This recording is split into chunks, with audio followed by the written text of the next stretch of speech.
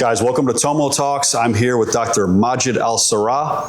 We're here in the UAE, in Dubai, in Haptor City, in this private club. We're going to talk about how all roads lead to Dubai. We're going to talk about the future of Dubai, some of the history of it, and how this is truly the new land of opportunity. Stay tuned.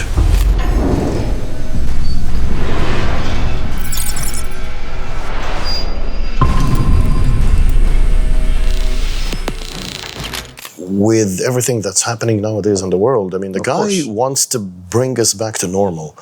Well, he's talking. He's obviously conservative values. You know, he's reverted to Islam. You know, he did actually. He did. Yeah. Okay. Yeah. Okay. He reverted to Islam. He was raised Christian, went atheist because he was in a weird place, young. Yeah. You know what I mean? True. Yeah. Young in a Western society, he didn't know, and then he reverted to Islam. Yeah. And he was a warrior. You know. Of course. Yeah. Kickboxer. He's exactly. Very tough guy, man. He grew up very rough. Totally. Very rough time. But I think, he wants you to be normal. That's what I believe. He wants men to be men and women to be women. I love that. Who would have thought? Exactly. Look at what's happening now. I know. And to be honest, I say luckily here as Arabs, we still stick to the traditions, man is a man and a woman is a woman. But you have few people affected with different ideas, different mentalities. Honestly, at this point, I'm looking at everything, and when I see people, especially, this is in like people don't like talking about this. Yeah. People don't like talking about this. Just like they don't like talking about religion, just like they don't like talking about politics. Yeah. But when I see a man who believes they're a woman, or a woman who believes they're a man, there's something happened. There's something wrong up here. Yeah. And there's some kind of psychology thing happening because it's pretty clear. 100%. You know what I mean? 100%. And whether or not we go into the weeds on this podcast with you guys, you know what I mean? In that topic, I think that it's a very strange phenomenon. It's new. Yeah. And nobody can tell me otherwise because this didn't exist. Me and you were same age. Yeah, exactly. 40. I am 40 already. You're 40 already. Yeah, already. You're born. Your birthday was a week and a half ago. Exactly. Happy birthday, bro. Thanks, man. Thank you so much. Happy birthday. That's right. Thank you. Yeah. So we're the same age. This wasn't around when we were 20. Not at all. It wasn't really around when we were 30 either. Trust me, not at all. Look, this thing came around, I don't know, from 2018, 2019. It was there. There were small factions. Exactly, but then it took all the boom, thanks to social media and everything. And then people were like, we're confused. Is it right? We should be like this, you know what I mean? And then, I don't know, listen, you can affect and influence anybody, of course, with whatever you show on TV, so that's well, people are very tied to what the media shows them, to what 100%. Social media shows them. 100%. I think, honestly, there's two sides. This is going to be on media. This is going to be on YouTube. People are going to see this on Instagram. They're going to see these clips. But there's a good side to it. 100%. And there's a very bad side to it. Oh, big time. It could be almost like a cancer, or it could be something that can inspire and motivate and educate, which I think you and I are very big on. 100%. 100%. Yeah. So we're here in Dubai. We're at Nira Club. We're in this place. Give me some background on you, because you were educated in the West. Yes. You were educated in UK. In the UK. Okay. Yes. And you've been to the United States. You've traveled around. You've been around. Yes, I have. Well, look, I believe growing up in Dubai, and I remember how it used to be, when I was a kid and when I was a teenager. Mm-hmm. Everything was simple, everything was clear. I would put it this way.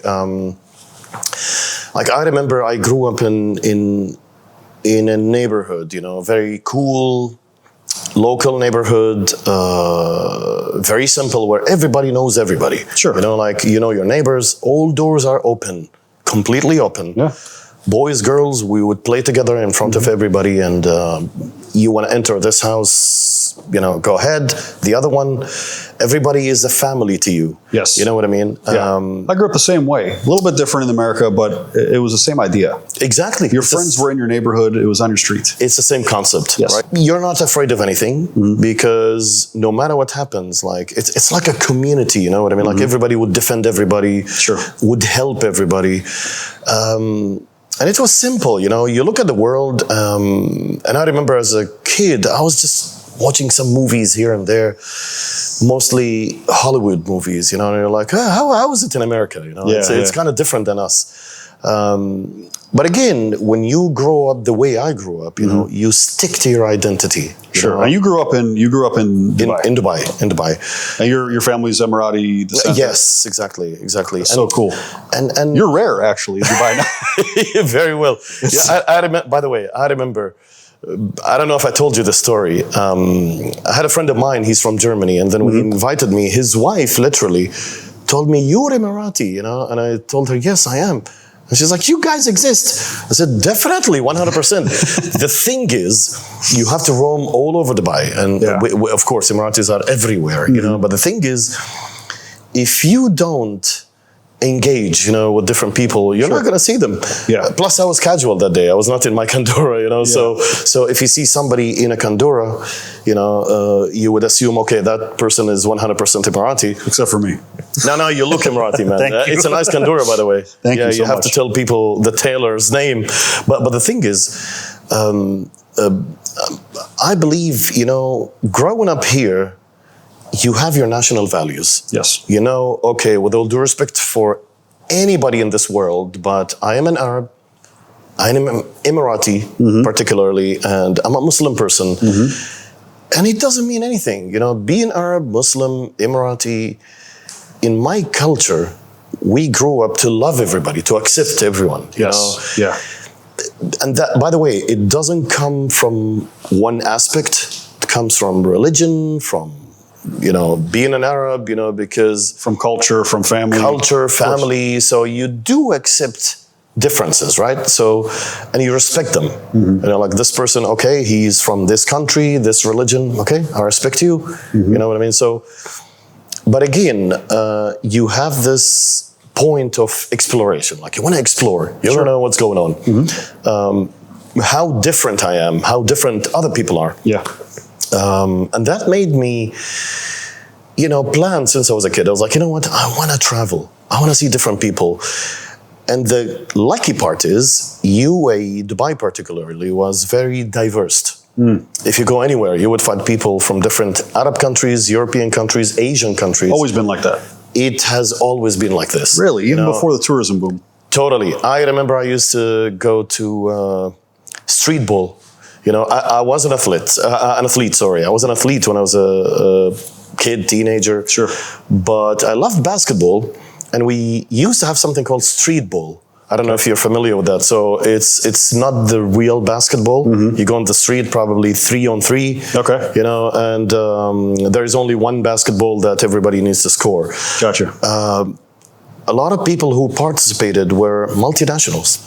Different nationalities. You would see everybody basically from any country you choose. It was so beautiful. I don't think people know that. I don't think people realize that the Emirates and Dubai was like that for a long time.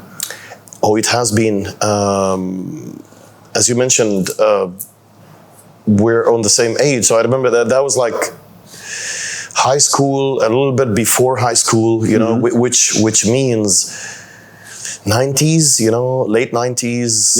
Yeah. That's when I was engaged, with these kind of activities. And look, nobody, I can't remember anybody said, "Oh, look, you're Emirati, don't be with us," or you guys are expats or from this nationality. No, we would love to stick together as Emiratis. There was a lot of that in America, though. We never had it. That's great. Yeah, we never had it. So that's why if you look at UAE's policy for coexistence, I think it's beautiful, but at the same time, it was not something new. They just put things together because that's how we lived it. I understand. That's the city where we lived, and we learned and again, regardless, you could have other Arabs living with you. When I say other Arabs, it was not the same, idea where anybody, would say, "Oh, you're Arab. Okay, so you guys, all of you understand each other." Yeah. I think it's kind of tricky because if you meet another Arab from another country, they would definitely have a different dialect. Sure. And you would put the effort, to try to understand what they mean, and they would also put the same effort. But the beautiful thing is that you would never differentiate a person, because of nationality or whatever it is. Our houses were open, whenever you have somebody from a different country, you'd be like, hey, you know what? You're coming to my house, you're going to have lunch or dinner, or just tea, coffee, whatever it is, and rest, let's chat, let's talk, let's get to know each other. That was how we raised, in Dubai. And it's the hospitality, that's part of the culture. I mean, nobody can deny this. And look, if you don't do this aspect of hospitality, then you would, I can't say you would feel ashamed, but you feel something is missing. You feel you're not you know what I mean? That's not how the culture is. That's not how your fathers, grandfathers, ancestors used to be. You know what I mean? Well, I still feel that now. I feel that here a lot. I feel the cultural aspect. I feel the inclusivity. I feel a very warm feeling when I'm here, especially 100%. From the Emiratis, especially, and then again, from all, and I'm a white guy from Europe. Yeah. You know what I mean? My family. I have to think twice with the kandura. I know. And it's funny because when I was in Egypt, when I was in Dubai in November, and I was wearing the kandura a couple of times, people thought that I was maybe Persian. They were like, "Are you from Iran?" Wow. Then when I was in Egypt, they thought I was Egyptian. Wow. I'm like, why? Because of the beard? I don't know. Maybe. You know what I mean? Yeah. But I mean, Croatian tribes, I guess they did. At one point, Croat tribes came from Iran, so it's maybe the bloodline is. You never know. You never know. Could be, but I've always felt a warm feeling here from every culture, and I'll be honest, and this is being truly revealing, and I'm ashamed that I felt this way, but I had a negative view towards Islam and towards Muslims at one point in America because you're brainwashed that way in America. And I'm ashamed to say that. Look, unfortunately, again, and I'm sorry to say it, but I do blame the mainstream media. 100%. Look, I travel to so many countries, and believe it or not, when I go, even now with all the social media, with the exposure in a good way, that's how I put it, I met a lot of people in Europe, probably not a lot in America. That's my only personal experience, but in Europe, and they were like, "Oh my God, you're from Dubai? How could you live? Because the way you guys treat women is so bad, and they're like, women are humiliated or something like this." And I'm sorry, and I was like, guys, I really feel sorry for you, for thinking this way, because even with the media, I mean, it doesn't take a lot of effort. Just go to Google, go to whatever, Google, and rely on reliable sources.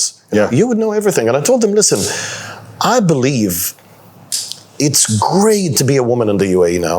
If you notice the government, how many ministers do we have? How many director generals in all of the government, UAE government, Dubai government, even Abu Dhabi government, the rest of the Emirates, and I mean, it doesn't come randomly. It means these women are very efficient, very well educated, very well experienced, and guess what? Like, I don't have a problem if my boss is a woman.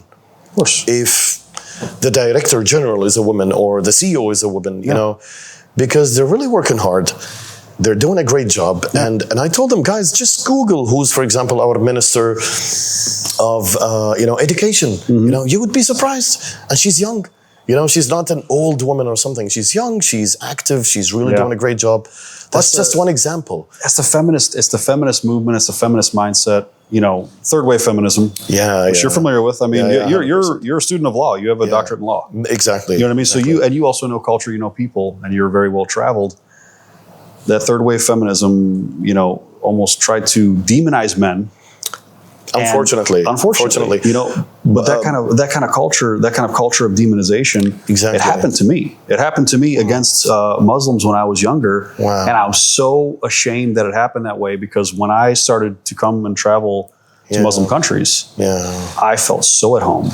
I felt so peaceful, and I felt love from the people. True, you know, when I realized that, you know. I know the error of my ways and the way that I was thinking, you know, but I mean, so many people don't know this. True. But again, you know, it takes us back to ideas done by the media, movies probably, I don't know. But the thing is, again, it's just a personal behavior. Yeah. And if you go deep, maybe I'm not a religious scholar, you know, or an Islamic scholar, but to me, it's very clear. Like, I was raised as a Muslim. Like, I was praying all the time, even when I was a child, you know, and whether my family, my community, my country, my government, nobody taught us, okay, you have to hate this ethnicity or differentiate between people or, you know, generalize based on religion or anything, you know. Or race or any, never. You know, I can guarantee you this. And the thing is, even in religion, it says, for example, if you kill one soul, one person, it's as if you killed all humanity. Believe it or not. In the Quran. In the Quran, clearly. You know what I mean? I believe I read it. This is my third time reading the Quran. Exactly. You know, you would be surprised, because the thing is, and don't get me wrong, you have a lot of people who don't understand the Quran. You know, they would just, and believe it or not, I'm Arab.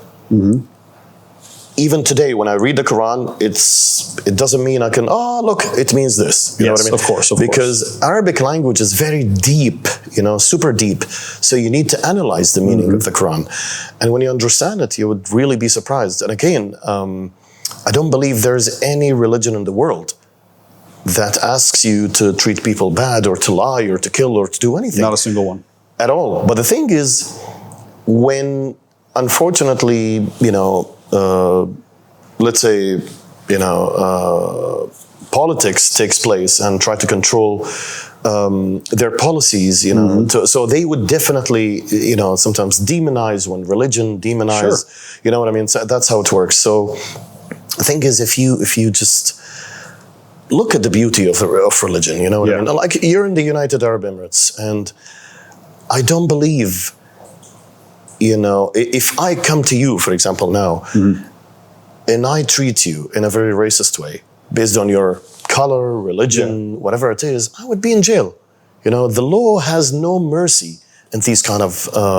Here, in United Arab Emirates. 100%. We have a law, you know, that combats hate, combats racism, all kinds of, you know, hate, let's put it this way, based on whatever it is, religion, ethnicity, race, belief, color, anything, race, whatever it is, you know. So this law comes from the policy of the whole UAE, you know, of tolerance, coexistence. Everybody accepts anybody, and whatever your religion is, you're free to worship your God in the best way, as long as you don't harm anyone. You know what I mean?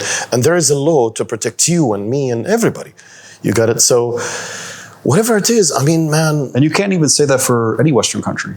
I mean, I'm sorry, but probably I'm not familiar with some laws, but I've seen some, you know, discrepancy when it comes to regulations. You know, when they say, okay, if this is considered hate, this is not. That's democracy.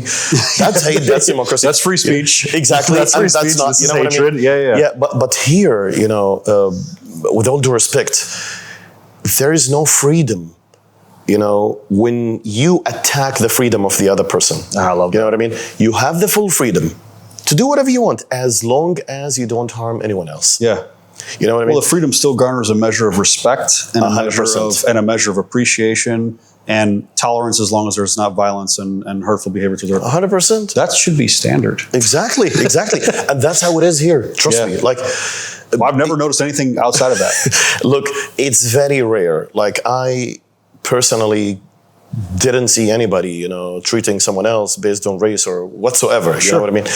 And then, and I keep hearing stories from different friends in different countries. They would be like, oh man, I don't think you can make it. Why? Because you have to be from this certain, race, so you can make it. America, I hear this all the time. But which is, by the way, I remember a friend of mine. He was a professor. I mean, I think he's still a professor. But the thing is, he's American from DC, and he works in the UAE now. And I told him, look, they asked me to give a course. It's 1 semester. I'm not going to mention the university, but I remember when they sent me the form, and they're like, just clarify your race. And I was like, what for? Like, what? For what? I love that you went into this. Yes, you know what I mean? Like, I mean, honestly, I'm going to teach public policy, right? And I'm a human being. I hold all the qualification required for me to teach this course. Why does it matter about my race? It doesn't matter, right? Like, I don't know. Like, why do you want to know if I'm African American or Middle Eastern or others? This is in a Western country, I assume. Yeah, exactly. It was in America. So when they sent me, when they sent me the form, I'm ready to answer whatever it is. Sure. But and I believe, look, I believe America is beautiful, and it was the first example of diversity. When you had a lot of people from different races, countries, religions, everything. Yeah. But why does it matter when you ask me, what's your race? I don't believe it matters when I'm going to teach a course in something that even has nothing to do with race. You know what I mean? So, and I was like, I asked a friend of mine, and he told me, yeah, that's how it is, but he couldn't have the answer. And I told him, yeah, but what's the significance now about this question? I don't know. I mean, now I have no idea. I truly don't. I have a funny story. I have I think it was one of my brother's friends. Yeah. I have a little brother. We're 18 months apart. His name's Nick. He's awesome. Yeah. runs a bike shop and a cafe in Tampa Bay, Florida. Goes with the name. Yeah, that's perfect. And he had a friend, and he came from South Africa. And he's South African. He's coming here to go to school. He's coming to America to go to school. Wow. So he sees on the application and African American. Wow. Check ticks. Yeah. He's African. Yeah. He's white though. Wow. So he's white. This is the funniest thing. He's a white South African. That's real. That's a real thing. So, his family was there for generations. Yeah. He's African. He identifies as South African. So he comes over there and he types African, and he ends up getting a scholarship. Wow. They haven't seen a picture his of face or anything. They just see African American. Oh, African American. They give him a scholarship because he's a quote unquote minority at this school. So he gets there, and they try to take the scholarship away. Wow. Because he was not black. Wow. Because he didn't have brown skin. But the question is, I remember stand-up comedy that was really super funny, of Trevor Noah. When he comes on stage and he says, yeah, my mom actually used to, she was holding my hand and we walk in South Africa, but then, she would leave me when the police comes. And the problem is nobody knew, what he is. I believe his father is white, Swiss, something like that, yeah. Yeah, and his mom is black. But the point is, okay, he is a mixed person. Yeah. But again, why do you need to categorize his race? That's the question, and I've had conversations behind closed doors with friends of mine, and what's funny is most of my friends that are of African descent that have brown skin, they're considered black. They consider themselves black. Black man. This guy, I worked police work for a long time. Yeah, and he's like, I hate being called African American. Wow. He's like, I'm not an African. Yeah. He's like, I'm American. He's like, I'm American. Sense. He's like, makes a lot of sense, man. He's like, honestly. I'm not African American. He's like, I'm considered quote unquote black. He's like, but why am I considered black? He's like, can I just be considered an American? Yeah. I'm just like, bravo. Exactly, man. Well bravo. done. What? And that's the real truth of it. You know what I mean? Exactly. It really shouldn't matter. 100%. And again, I can't recall, if you follow this rule in your life, it means, okay, I'm going to be friends with him because he's African American, or because he's white, or because of whatever.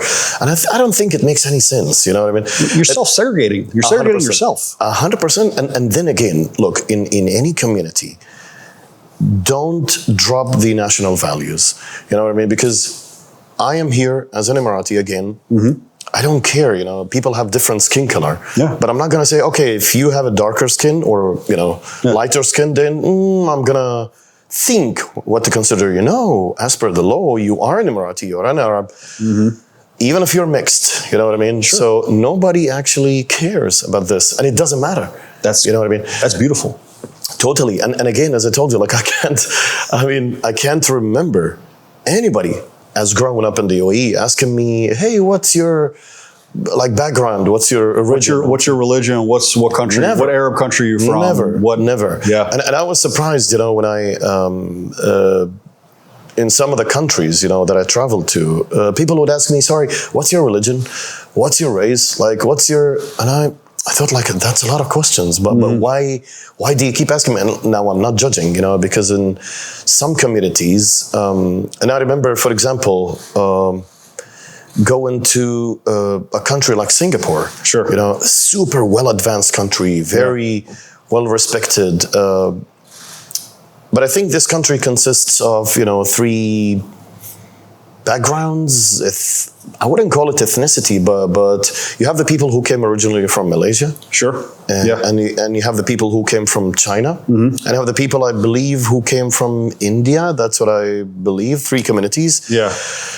Even though these people would still speak, you know, different languages, probably Malaysian, but then, you know, they would still consider themselves Singaporeans, and there is no difference between us, you know. Yeah. If he's Singaporean, you're Singaporean, we're all the same.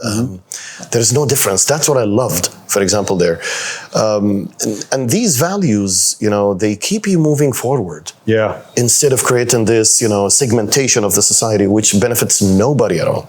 You know, I wonder if that's why I feel so comfortable and so at peace here. I've said this to a lot of people personally, even while I've been here this past week, and I'm here for another 5 days or so, which I'm super grateful for. I'm very. You will never leave. Trust me. The moment you settle in Dubai, I don't think you don't want to leave. I had friends laughing at me because I just became a member here at Nira. This private club. And they're like, congratulations, man. They're like, wait, you're a member at a private club in Dubai. You don't even live here yet. I said, it's my first roots. I said, I'm putting down roots. It's my first roots, you know? Exactly. Yeah. But I wonder if that's why I just feel such a peace, because I don't feel any negativity. I feel no malice here. I feel no judgment. And whether or not people believe, you know, I believe in energy of people. True. I believe that when people are harboring that kind of negative energy, when people are harboring any kind of negativity towards another person for any reason, that is in the air. 100%. And I never felt any of that here. I feel at complete peace. I've never worked harder. And you can ask him behind the camera, Gary. I've been nonstop the whole time. I've been nothing but work. And I'm not getting as much sleep as I usually do, but I am at such peace. I wanted to tell you this, by the way, because I see you posting something at 2, 3 a.m. That might be my team. And then waking up in the morning. And today I was like, does he really sleep? You know, am I really going to see this guy today? Yeah. But look, the thing is, if you think about it, now you're living it, right? Yeah. So this is not a social media post. Yeah. It's not a social media made up video, whatever it is.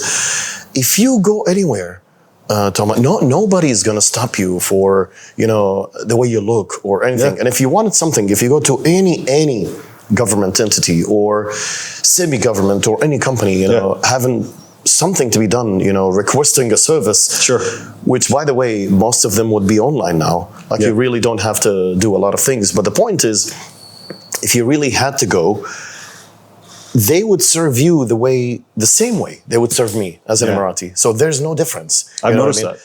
At all. So Emirati, non-Emirati. And I remember, you know, Sheikh Mohammed bin Zayed, during COVID, so His Highness mentioned one thing. So you remember how it was during COVID. People were, you know, devastated. And he said, listen, please don't worry. I mean, this word means a lot. Food, medicine, all the needs will be provided. You know, you don't have to worry about anything. And he said, I'm talking to the whole society of the UAE. And when I say society, that's Emiratis and even non-Emiratis, because all of you are this society. You make the society. Yeah, There's no difference. You make this work. At all, exactly. So I believe that made people feel safe, feel loyal, you know what I mean? Sure.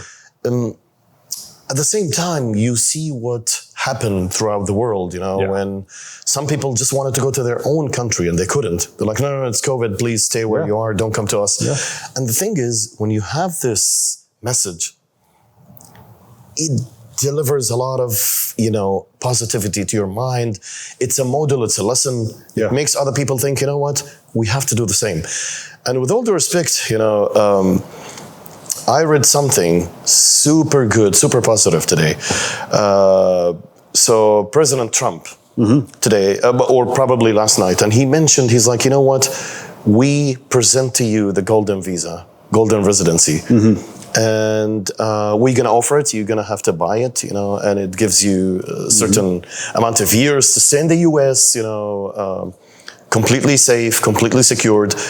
And I was like, yeah, we did it first. You know what I mean? Of course, yeah. So that was a beautiful thing, because UAE started the golden visa a while ago. Yes. Way before. It had to be more than 10 years ago, no? Probably. Now, I don't have the year, but the thing is, I remember it was a beautiful model, like instead of coming for 3 years and you don't have to renew it every 3 years, 10 years as an appreciation for your efforts, for being part of this society, for this country. You know what I mean? And I'm going to apply for it soon. Can't wait. You would love it. Trust wait. me, you would love it. But look, that's something, that is happening now. Yeah. And with all due respect, America is a great country. But look, the golden visa came from the UAE. Of course. Probably it had different forms, like a green card or something different. But the golden residency, golden visa, it's something really new.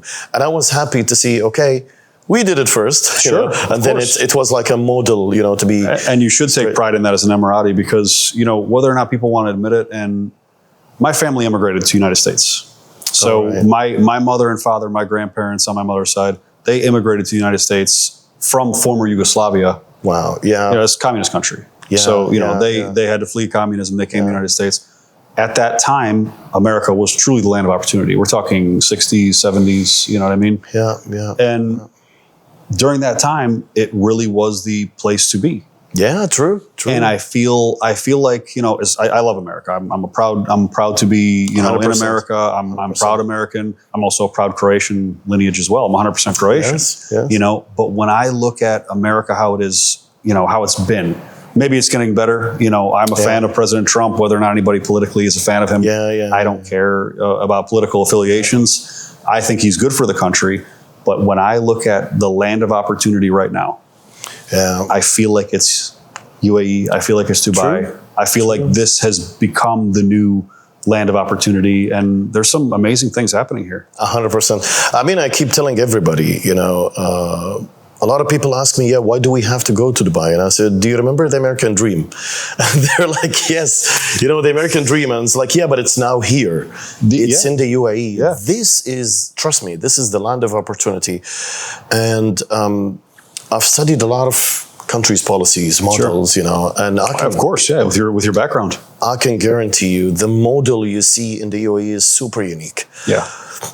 To the fact, again, I believe everybody should be proud of their countries, 100%. But now, what's happening?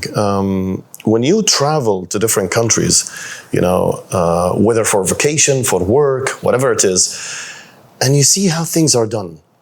Now, at this point, I'm like, we do it better in Dubai. Yeah. I'm sorry, I don't mean anything. No, right? Listen, anybody takes offense to that, I'm sorry. I'm living it right now. I'm literally here 100%. Right now. I'm 100%. Feeling it. I'm in the process. I'm in the process of building a business here.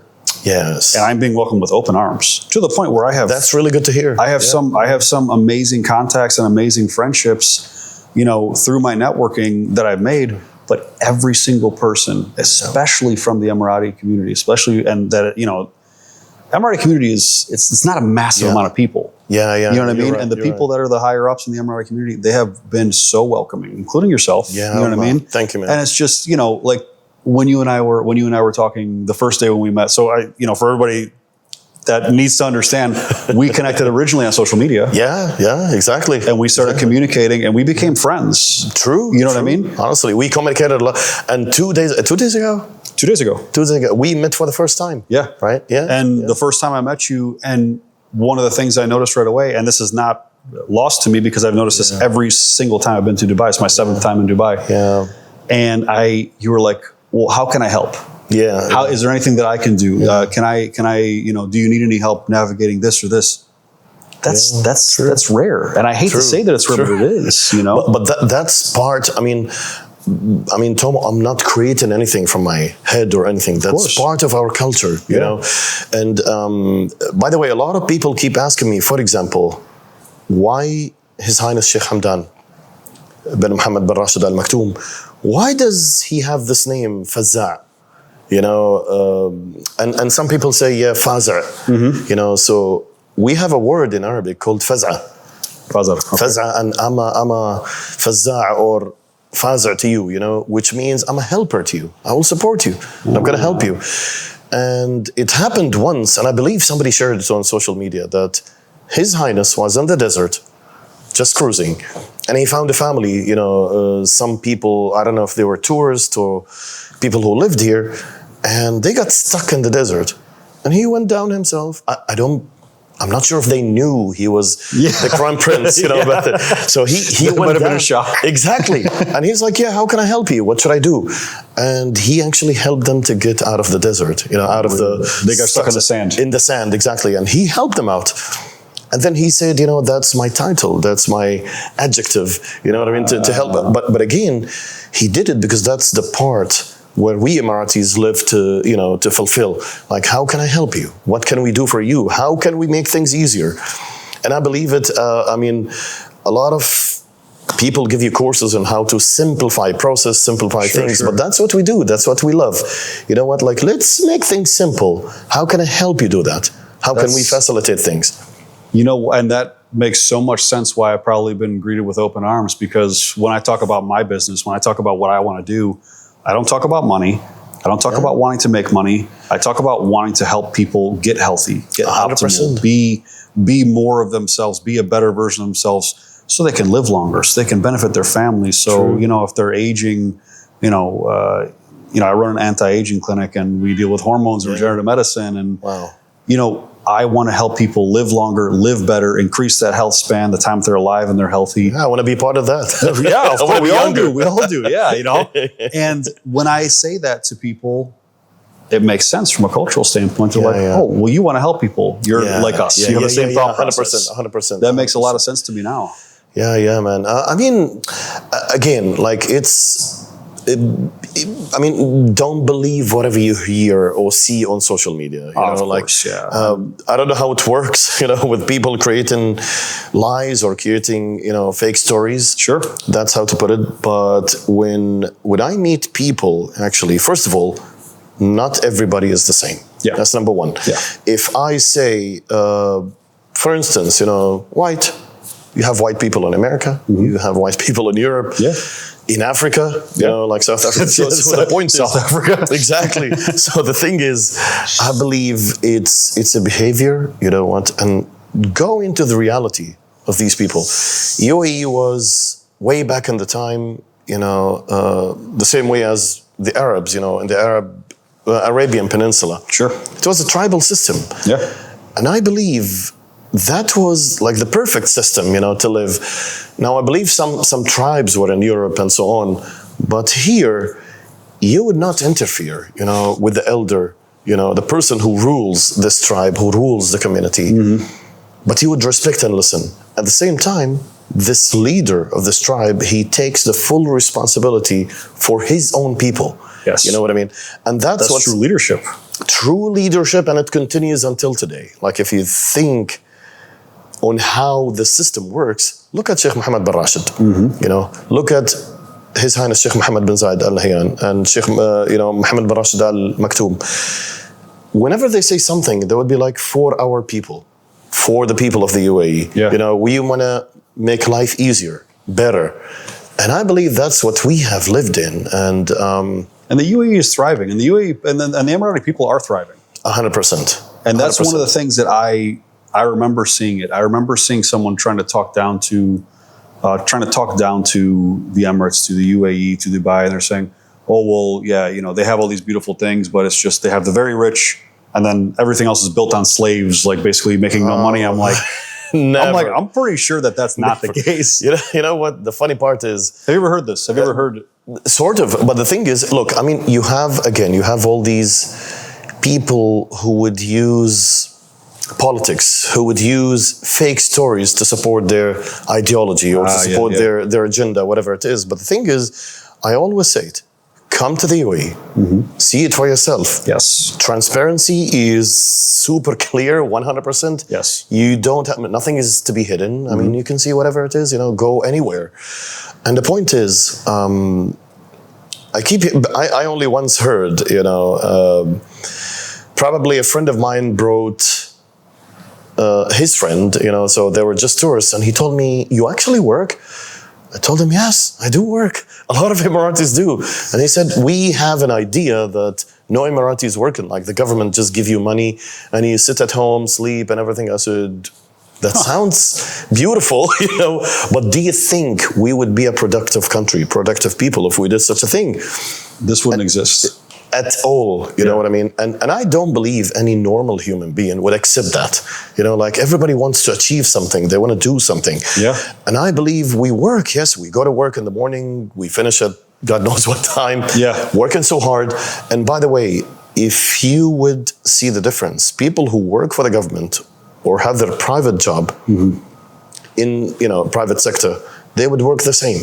Whether you own a company, whether you work for the government, whether you work for a semi-government or whatever it is, everybody is working the same level. Yes, everybody has a measure of perfection about them. 100%. We notice that so much, and 100%. I notice that, and it's missed when I go back to America. Yes, I believe missed. that's why you will come back. And trust me, Tom. I mean, look, I know a lot of people who moved to the UAE. One of them is a very dear friend of mine who worked for the British government more than 35 years. Wow. So the guy retired and he moved to the UAE, and he's really, I mean, look, he's in love with the UAE. And he told me once, he's like, "Listen, I can never imagine myself living in another country. Sure. It's just the UAE. I love it here." So he started his own company, and I believe he's doing amazing, right? And he told me, I can't, you know, every time I travel somewhere and I'm like, "Oh God, you know, thank God I'm in Dubai. I live in Dubai. Thank That's God I my get to come back to home." Exactly, exactly. And again, I believe that's a model. It has to be taught. When I use it, not anymore because I'm really busy with other things, but when I used to teach public policy, I always say that's the model in the UAE. Yeah. You know, because I depend a lot on case studies from different countries. Sure. Back in the time, you would focus on these certain countries. Yeah, they do this, they do that, they do whatever. So we have to follow. But now, look at the model in the UAE. Yeah. You know what I mean? And trust me, a lot. And I've done a lot of like discussions, like panel discussions whatsoever. Sure. So a lot of people from different countries, you know, whether in Europe or America, they would be, yeah, we actually don't have this, you know. We probably need to revert it back to you know, our like regulatory framework or something like this. So I believe these policies should be taught, and knowledge transfer has to be there around the world, because, you know, when you talk about globalization, I believe everybody should learn from everyone. Sure. And if you see here, you know, in the UAE, nobody focuses on negativity. Nobody wants problems. You know, let's focus on the future. Well, you fix the problems. You fix the problems. You problems. move forward from the problem. If you try to drag anybody into the swamp of the problems, nobody has the time. Yes. And you know what? I guarantee you, everybody would tell you, I mean, not you, but if anybody tries to create this swamp of problems, they would be like, you know what, okay, say whatever you want to say, do whatever you want to do. We have a better job. We really need to focus on the future. We need to focus on what we're doing, improve it, make it better, because there is no time. Time is ticking. It's up to you to focus on this point or to look forward and move wherever you want to go and make things better. That's the mentality here. I had to, you know, it's crazy. It's sparking my brain. I had to breed that mentality into myself. And I did that in America, obviously, you know, and that mentality of, there's a problem. Yes, we lost money. Yes, this thing happened. Yes, there's this, whatever issue comes about. And I used to dwell on them. Yeah. You know, it's a learning experience. You don't know. 100%. And culturally, you know, it's hard. It's hard to get out of that mindset where you can kind of down spiral. You can kind of, you know, you go into this tornado of negativity. Yeah. And I figured out a way to get myself out of it. And I kind of just I'm very much able to brush the negativity off and just keep moving forward. Even to the point, I just had a conversation before we got on this podcast, before we started filming, and it's about a legal case that's going on in the United States. That's nonsense, you know, and the lawyers are very, you know how lawyers are. I mean, They live on problems. They live on problems. So the lawyers are worried. Oh, you know? yes. So who does that make worry? That made my CFO worry. So my CFO is worrying, and you know, she's talking to me. Yes, it's a woman, by the way. Okay. You know what I mean? So she's talking to me, and I'm like, "There's no problems. Like, everything's fine." I said, "They're gonna say, everything's good. Everybody stay calm. There's no issues really that we can't solve." True. And then I switched the conversation. I said, "By the way, this company is going in UAE." 100%. I said, "We're bringing this to Dubai." I said, "I'm touring properties Friday." Yeah, I said, I'm talking to my friend here tonight. I was telling her about you, you know, and I immediately turned the conversation, and it was smiles after that. 100%. But that's a talent. You know it is. But I mean, but you're bred like this here. Exactly. I mean, look, I remember as I was a teenager, you know, when you're a teenager, you're like on fire, you know, I want things to be my way. I know everything. Testosterone levels very high. Exactly. 100%, man. That was a good time. But anyway, the thing is, I remember my father, and when he comes to me, he's like, "Listen, imagine the problem like a ball, right? So it's up to you whether to, you know, to inflate it and bring it back, make it smaller, control it, contain it, and leave it where it belongs, and move forward. You know, that's a problem. The ball is gone. You can't do anything with it. Leave it and move on. Get another ball, or achieve better. Do something better." Or it's up to you. If the problem is a ball and you keep blowing, and the more you blow, it will explode on you. God knows what the damage is. Balloon. Yes. Balloon. Yes. Exactly. Yeah. So again, God knows what's going to happen to your face. Yeah. And then, you know, anything else around you. And it's going to be another balloon and another balloon and another balloon. It's very well so put. You will never finish, you know, and then it's up to you whether to make it smaller, you know, leave it.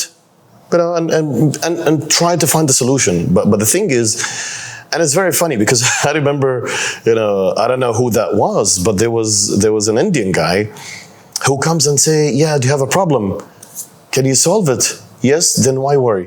You know? Exactly. Can you solve it? No, then why worry? You cannot solve it. You can't do anything. Just go and figure it out. You know, try to be calm and find the solution. But if you do have a solution, apply the solution. Just don't waste your time and energy on something that could be contained and controlled. And I believe every single problem has a solution. Absolutely. That's life, and that's how it should be. But if you, again, keep running into these circles of negativity, you're not going to do anything. And believe me, look at the world. You know, look at some communities, countries, whatever you name it. You know, when they focus on these differences, negativities, you know, a lot of problems, they're still where they are. Well, it's an us versus them mentality. Yes. And so it's funny. I was just having a conversation again earlier today. I'm constant. Gary can vouch behind the cameras. I've not stopped. I'm either texting or on a phone call or in a meeting since I've gotten to Dubai. Yeah, I've seen that, by the way. I know. So, yes, it's nonstop. And, you know, one of the things that I was told, are like, you know, one of the things, actually, Jewel Sullivan, a friend of mine, he owns a tailor shop called Custom Made Reality. Wow, okay. You can get beautiful Kandora from him or suits. Perfect. Custom made, amazing guy. But he told me at one point, he's like, once you step foot here, so once you step foot in Dubai, he said, you're never going to want to leave and you will eventually move here. True. He said, why? True. And I'm, you know, and he's like, and he didn't even let me answer. He's like, why? He said, all roads lead to Dubai because of the mentality of the people and the mentality of how they view success and how they want everybody else to win. True, exactly. You see what I mean? We have a saying, you know, brothers winning together is the best thing. So, you know, if I'm winning, I want all my brothers to win. Exactly. So, look, the thing is, a lot of people keep asking me the same. They're like, yeah, but why? And don't get me wrong. At the same time, whatever the sector is, people would say, yeah, but you have a competition here or there. We're like, yeah, good. Because competitiveness make you better. Of course. You know, they actually make you work. They make you, you know, improve. And at the same time, you're not going to hate your competitor because it's like sports, right? Like when you, there's a difference now when you fight somebody based on hate But then when you find somebody and you know it's sports, you know, whoever wins. Go watch any UFC fight. Yeah. When they're done beating the shit out of each other, Exactly. what do? They hug. Exactly. They hug and they congratulate each other because they know the effort that was put in. 100%. Everybody is winning because everybody's trying to improve. And that was the main point that my friend Jewel told me. And he's like, the biggest part of winning here is that everyone wants you to win, whether or not they're competitors, whether or not they have nothing to do with you. True. They want to see you win. True. And in turn, you want to see them win, and then everybody wins. Exactly. It's a lot of positivity. That's how we lived it, you know. And again, the next generation is also being, you know, taught all these kind of elements. You know what I mean? Like, okay, it's fine if somebody is better than you. Learn. Try to reflect on yourself, and then maybe you will be better. But at the same time, the other person could be better again. And it's for the sake of your community, your country, because let's say if you have 1,000 smart persons in the room, is way better than having just 10 or 5, and the rest are just lost. You know what I mean? So if you have all these people, a lot of talents, a lot of efforts, a lot of, you know, energies, positive energies, they would work for the country, for the community, for their families, for their people, and for the world eventually. You know, I don't believe there is a limit to what you do, because if you notice now the UAE space program, you know, and by the way, a lot of my friends, you know, people I grew up with are working on it, because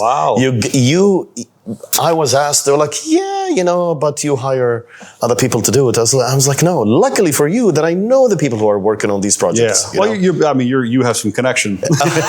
Yes, sort of.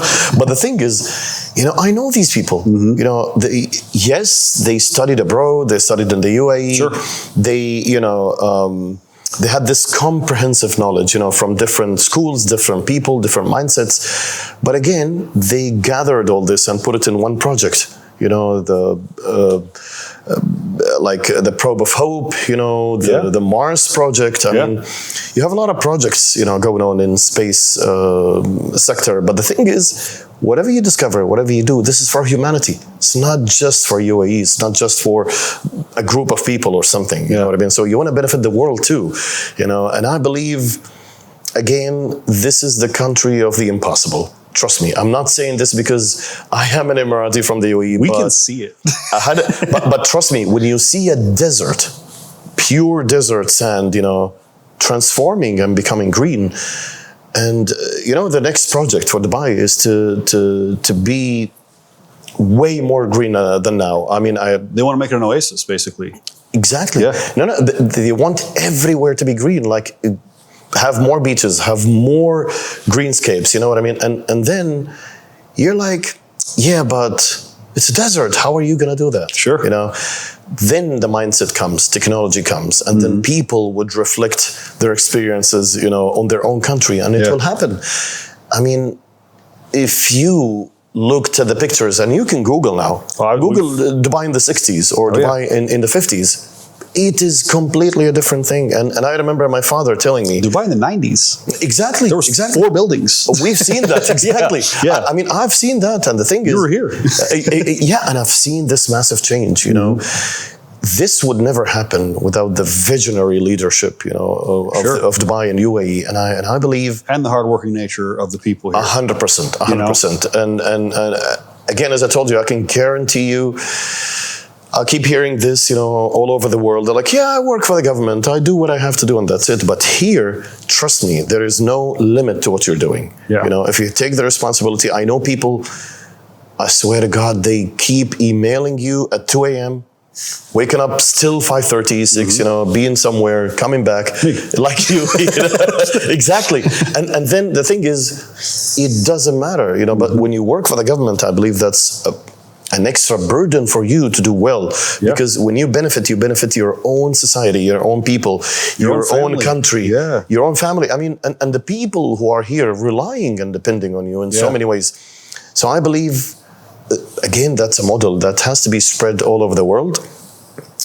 And people need to learn, forget the differences. I mean, let's focus on the future. We learn from the past, right?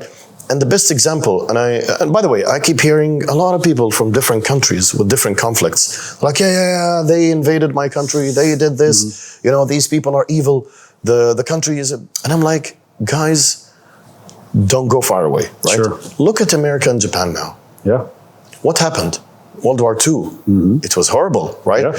But then I traveled to Japan and I've seen a lot of Americans there. Yeah. You know, and the Japanese did not say, you guys bombed us, we don't like you. No. Sure. They give you this, what is it called? The kimono. So Americans are wearing this and walking around in Tokyo, you know, and I'm like, yes, exactly.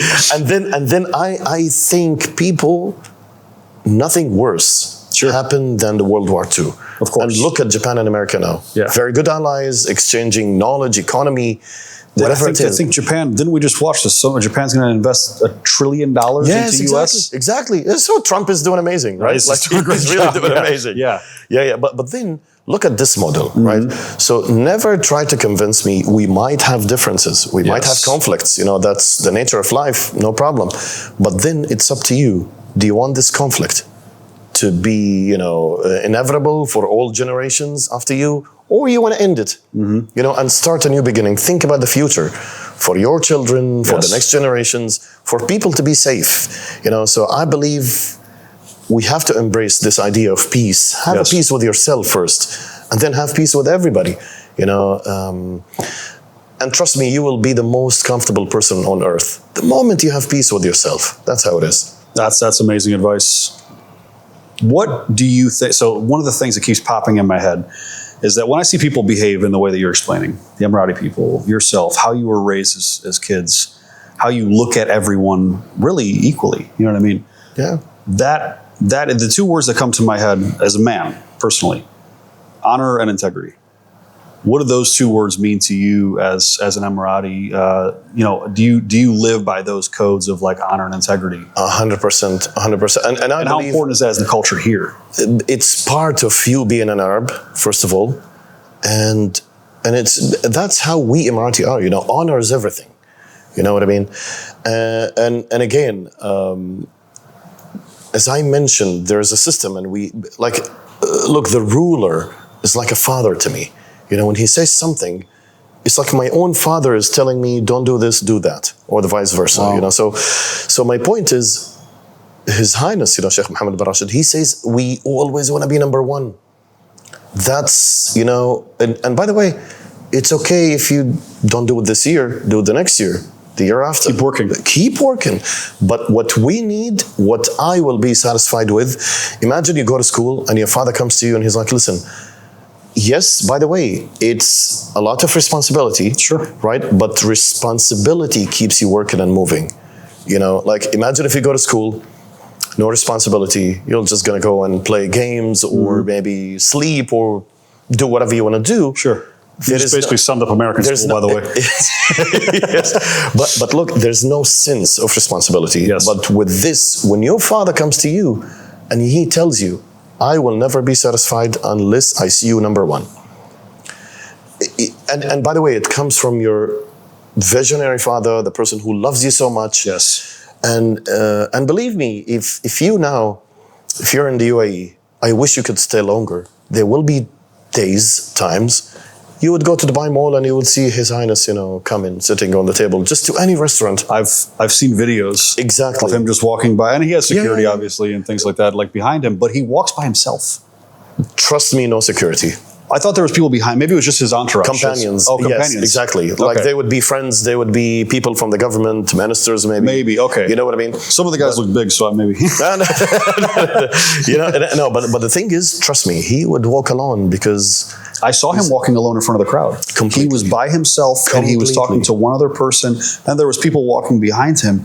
I was like, no, you can't find a leader of almost any country that can do that anywhere. Exactly, you know. They have to clear the entire city for that to happen. From the drive down the damn street. 100%. And then look, that takes us back to the word honor. You know, that's the code we live by. You know, like, you know, you have your honor. Like, don't accept being a mediocre. Just be number one, be the best. Is that also a very high pillar in Islam as well? It is. It is. And look, in Islam, if you think about it, the Prophet said,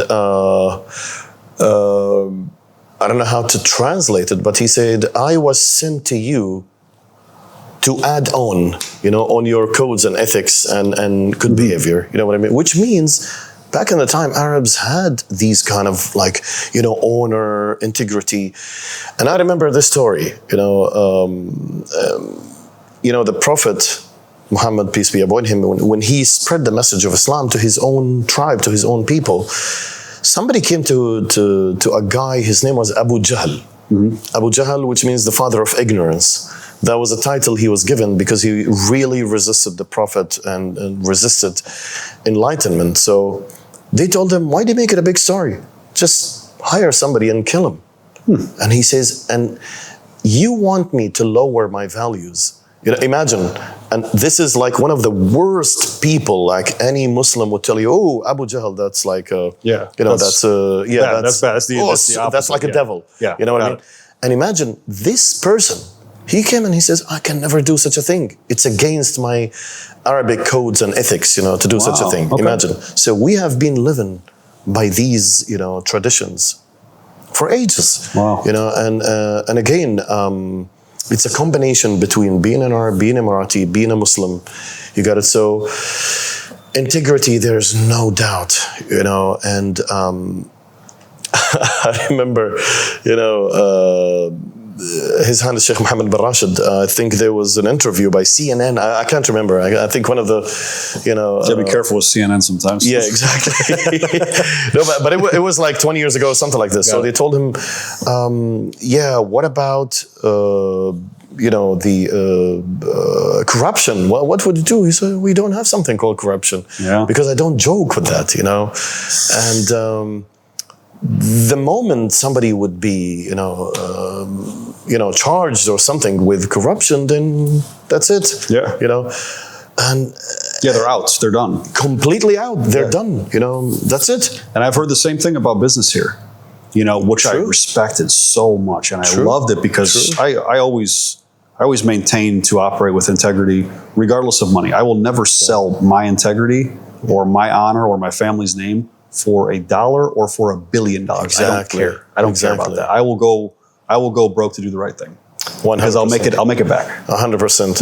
And that's one thing that I was told here about business. They said, if you ever get out, and you get out by lying or by trying to cheat or by trying to steal or by not operating with integrity or honor, you're gone. If you ever do that, you're not just gone, you're gone. Like you have no chance of ever returning to that 100%. Because you don't sacrifice that in this culture. True. And trust me, I mean, that could be explained on how the way you make business here. If you noticed, I don't know, but in some different countries, I don't know a lot about you. Maybe I just would know your name, what you do. Somebody would brief me about your profile. We'd sit on the table. Okay, what's your demand? What can we do? What's the venture? Sure. 1, 2, 3, sign a contract. Bye. That's it. I'm not gonna see you again. It literally just happened to me earlier today. But in the UAE, if you see an Emirati, right? We're gonna make business. Yeah. But wait, first, let's have a meal together. Exactly what happened.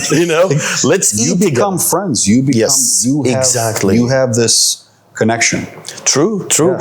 Let's get to know each other, right? Yes. Like, let's come to my house. I might give you a visit if it's okay. Let's have a meal together. Yes. Let me tell you about myself. Let me tell you about my history and everything. Then we'll move to business, because business is based on friendship, trust, integrity, and it creates this bond, right, between you and your partners. It should be like that everywhere. It's not. Yeah, 100%. It's not like that in America at all, unfortunately. Seriously, I thought it's the other way around. No, when you go and have a business meeting, hi, hello, business. Directly. Wow. Because people aren't looking to make a relationship there like they are here, which is why I feel so at ease here, talking business, because me and you met 2 days ago. Yeah, we didn't really talk business. We were talking about everything else. Exactly. You know what I mean? Exactly. And which is beautiful. yes, Yeah. you know, and we got to sit down, we got to break bread. We're sitting there drinking sparkling water. I think I had shisha. Did you have shisha? Yeah, I had shisha. We had shisha. That was a good shisha. That was good. Yeah. So we had good shisha together, and we are becoming friends. Yeah, you know what I mean? True. And whether or not that leads to business doesn't matter. And we didn't feel the time, by the way. I remember. Yes. I told you I'm going to see you for 1 hour, 1 hour and a half, and then we're like, oh God, it's been 2 hours. I know. What happens a lot here. Time flies. True.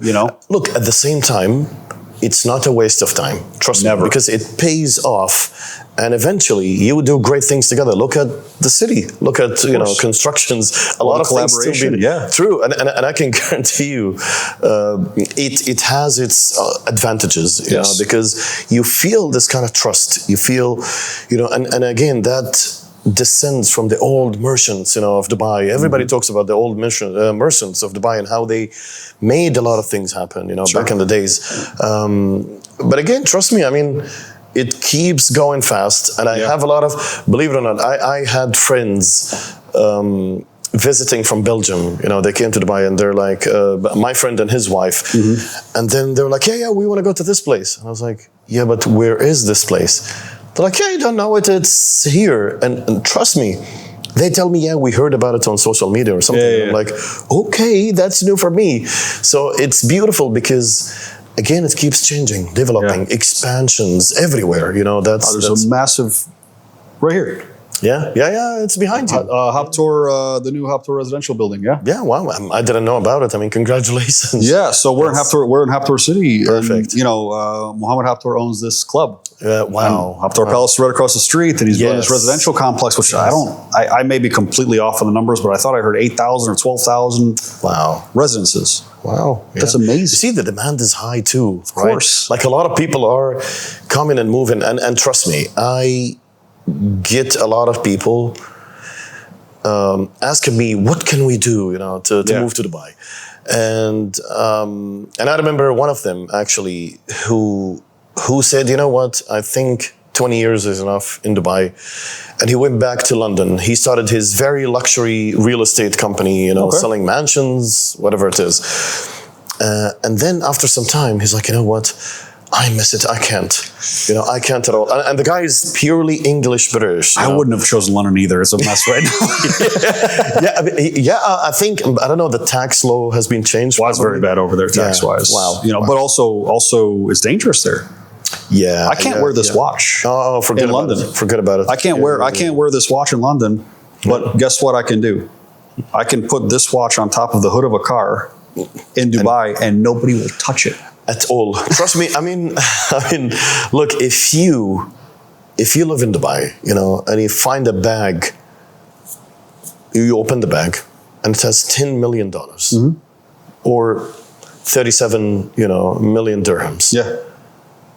Anybody would be like, oh, you know what? It's for me. Let me take it and go home or something. But trust me, every single day you hear a story that one of the police stations, has awarded someone because he brought all this money back. Sure, that someone left somewhere. Exactly. And imagine the happiness of the owner of this money when they call him and they're like, yeah, we found your bag, And it's not just the authorities. It's someone from the community. They're like, oh, we found a bag. We gave it to the police. Yeah. You know what I mean? So you can barely leave your phone on a bar. Exactly. Exactly. You leave your phone on the bar. You leave your phone on this table, and you turn around in a crowded room. It's gone. Exactly. And by the way, that's a little bit challenging for you when you live in Dubai, because I remember when I traveled to Barcelona. Yeah. And I wanted to have the paella, the famous one, and I put my phone, on the table, and the guy, and I was inside the restaurant, and the guy came to me. He's like, can you do one thing? Take your phone away. Yeah. I was like, yeah, but it's in front of me. He's like, even though, just take it away. Because someone will come by and snatch it, or take it from you. So the thing is, when you live in Dubai, when you're used to this kind of like safety and security, it's a little bit challenging. Sure. And coming from the opposite, I just want to be here. Exactly. I feel so safe and comfortable 100%. and at ease. That's 100%. Probably what it is. It's probably just the peace that I feel. Look, the peace, the safety, and I can guarantee you, people are working 24/7, no stop. And again, it's super hard to focus on one aspect. And I'm telling you, like all And that's these. kind of what I assumed you were going to say. Oh, Because it's like totally. whenever I talk to anybody, they're like, oh, what is Dubai going to do next? I'm like, man, I don't know. They just keep doing things. 100%. You're building a new tallest building in the world, too. Exactly. What is that, Dubai Creek? Yeah, it's an iconic tower, probably, but Yeah. I don't know the height. But it's going to be the tallest in the world. I heard 1 kilometer. Plus. One plus. Because the Burj Khalifa is just under a kilometer, I think. 828 meters. There you go. 828. Yeah. So, look, I mean, the very good thing is that's an example of how people keep moving, working, making things better. And I've never seen it. I mean, with all due respect, I love, again, as I said, I don't have any problem with any country, with anybody. Of course. But I love seeing this in the UAE, which I never saw anywhere else. That's a model. Coming from America, being first generation American, coming from Europe, I love Croatia. Yeah. Beautiful. Yeah, I it's love beautiful. going I've been there. Of course. Super beautiful. Beautiful. It's great. Yeah. It's a great country. Maybe if you live in Dubai and you want to escape the heat for a little bit, Yeah, exactly. you can go to Croatia. True, You know what I mean? true, Service won't be maybe the best. You won't have all the Yeah. amenities, but you'll get good service. True. And from the people, it's warm. Yes. And you have good Yes. food. True. And you have true. nice beach. Oh, I love the beach, man. I think it's not a sandy beach. It's more like rocks. It's pebbles. Yeah. But it's beautiful. Oh, yeah. The water, The bluest water. super blue. The funny part is, it was 35 degrees. And I think the water was probably super cold. It's always cold. And I remember the first thing I did, I went to the water. I was like, "Whoa, wow! I came from the desert, so Wakes you have up. mercy." Exactly. But that was beautiful, man. Yeah. All right. So I'm going to give you one final question. I want you to just answer. And I think you did. I think it's already happened. Yeah. Do all roads lead to Dubai? 100%. Anything? 200%. Whatever you think of. Look, technology, history, future foresight, real estate, aviation, whatever it is, whatever you think of, services, safety, security, it all leads to Dubai. Give it a thought. You would definitely find something about it in Dubai, if not everything.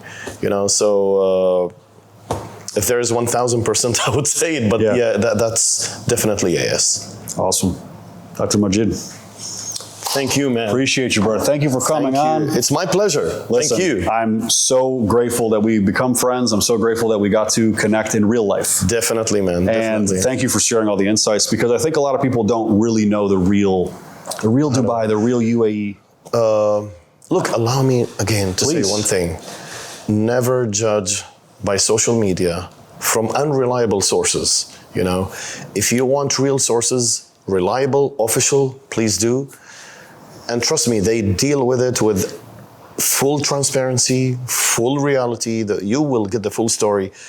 Moreover, you want to know anything about the UAE, don't judge, come to the UAE. Yes. Have the feeling, meet the people, Yes. and see how it is. Then we're going to have a conversation. Absolutely. Let's see if it's the same or not. So you want to know how it is? Give it a visit, come to meet the people and see how beautiful it is. And honestly, all the best of luck to the UAE, to the UAE government, to the people here. It's all for the people, which is amazing. Thank you, man. And inshallah, Inshallah. it will keep getting better and better Definitely. for the people, for the Emirati community, and Definitely. for yourself, for your family. Definitely. And for you, man. And for me. As an Yes. entrepreneur, definitely. Yes. Thank you, brother. Thank you so much. man. Thank you. Hope to see you again with more Honduras. Absolutely. Thank you.